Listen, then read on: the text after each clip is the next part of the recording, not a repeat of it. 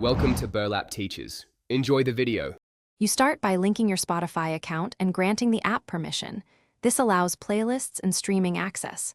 Once done, install the DJ Spotify client or plugin, then make sure to enable microphone and audio device permissions. Next, select your main output and set the sample rate to 44, 1 kHz or 48 kHz for stable playback. Finally, verify that you have premium access, because Spotify restricts streaming features.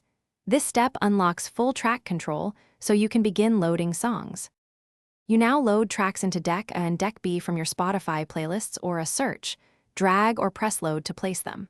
Once loaded, set cue points and analyze each track so waveforms and BPM appear, then enable sync to match tempos. Use headphone cueing to preview, trim start points, and set 4/8/16 beat loops. Make gain and EQ adjustments to balance levels. As you mix, apply one effect at a time to preserve clarity and keep transitions musical. You finish by starting the broadcast or hitting record. Choose a bitrate between 128 and 320 kbps based on your upload speed. Then perform your last transitions, use the crossfader or slow manual fades, and save the setlist plus any cue markers so you can recall the session. Once complete, export the recorded mix and metadata.